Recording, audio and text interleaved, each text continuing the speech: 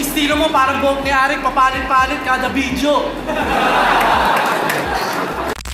Sa lagpas isang dekadang pamamayagpag ng Flip-Top Battle League ay napakaraming pangyayari na ang nasaksihan natin. Napakalaki na rin ang pinagbago ng liga mula na magsimula ito way back 2010. At ayan nga ang tatalakayin natin ngayon, ang 10 bagay na nagbago sa liga ng Flip-Top. Pero bago natin simulan, kung interesado ka sa mga ganitong usapan, especially sa rap battle topic, ay iniimbitahan kita na mag-subscribe sa ating YouTube channel. Marami pa tayong interesting content na paparating, kaya make sure na nakaklik ang notification bell button para maging updated.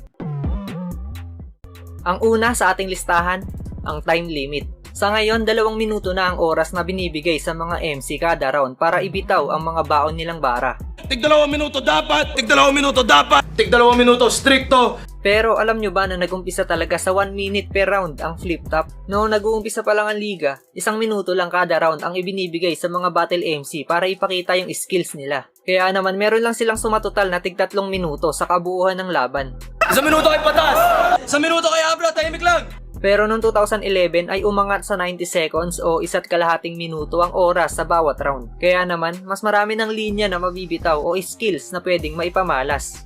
Unang 90 seconds, 90 seconds, 90 seconds. At sa kasalukuyan, tumatagal na ng 2 minuto ang typical na time limit sa Flip-Top. Siguro ito na yung pinaka-eksaktong haba ng oras para ma-showcase ng mga battle MC yung husay nila sa entablado. Ikalawa sa ating listahan, ang OT o overtime.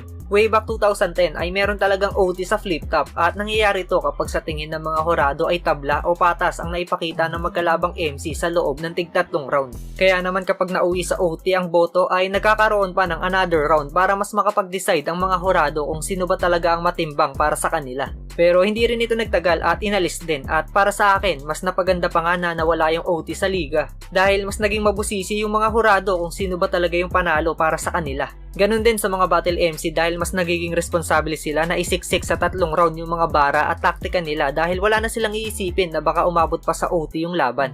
Mas magaling, OT. Hindi ko matimbang eh. OT pa. Tay sila eh. OT. OT na natin. Narinig niyo 5 boto, OT. Pangatlo naman ay ang video upload ng Flip-Top.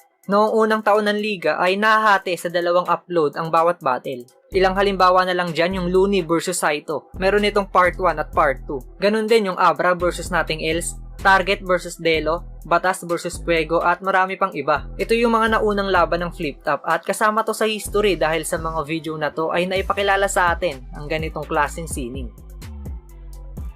Sa ika-4 na pwesto, ang Ahon Event.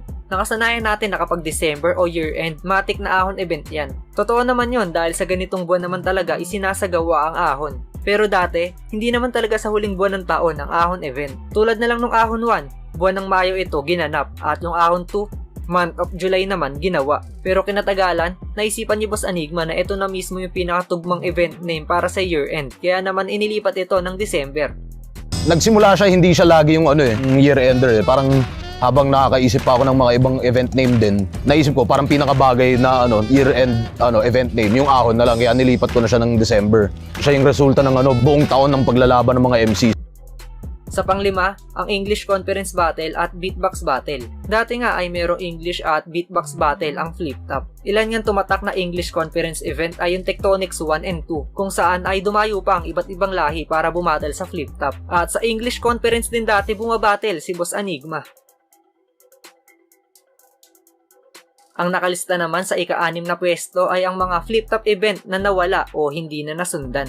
May mga event name na taon-taon pa rin na isasagawa tulad ng Gain Assault, Second Sight, Zoning, Gubat, Vuelta Balentong, Universikulo at Ahon Event. Pero may mga event din na nahinto na o hindi na muli pang nasundan. Ilang halimbawa na lang dyan yung Aspakan, Kataga, 08 Magnitude at Gapo di Gulat. At meron din mga Flip-Top event na isang beses lang nangyari katulad ng Oro Mata, Barako Barako at Dagitay.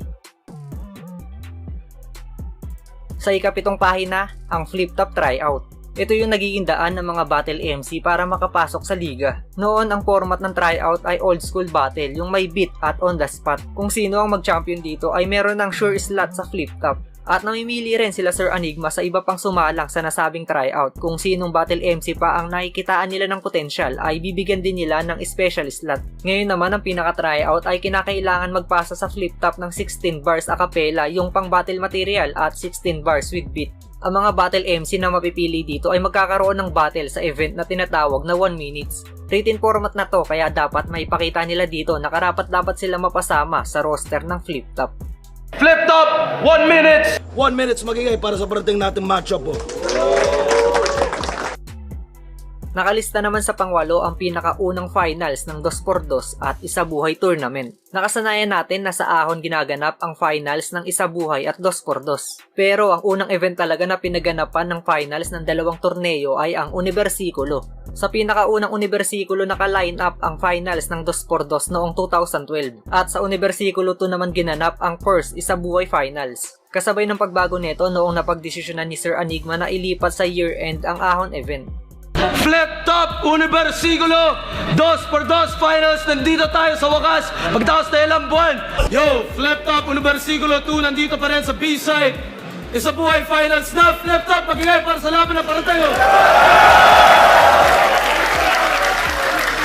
Yo, what's up? Umpisa na ang NBA season mga tol at tuloy-tuloy pa rin ang bonus at giveaway ni 1x. Click mo lang yung link na nakapin sa comment section para sa kompletong detalye. At syempre, wag mo rin kalimutang ilagay ang code na TB Lopez para sa ekstrang regalo.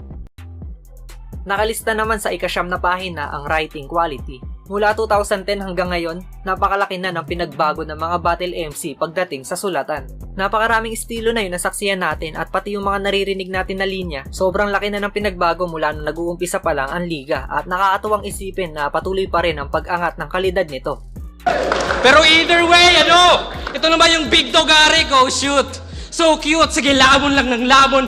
Ako yung lason na homebrewed. Ako yung tsokolate na nakahalo sa dog food. I'm so rude tong baliw. No good. Kahit luwagan mo yung tornilyo, you're screwed. Willing akong tapusin ka kahit hindi ka interesting na parang long post. Pinaka-creative mo na linya tungkol pa sa titi ni Enigma. Puro ka low blows. Nahahanapan pa rin ng butas anumang lawak ng field na parang golf course. Jokes over bars o bars over jokes. I'm the best of both worlds! Pang-sampo at huli sa ating listahan, ang hairstyle ni Sir Enigma. Ano ba talaga trip mo? Yung estilo mo parang buhok ni Arik, papalit-palit kada video.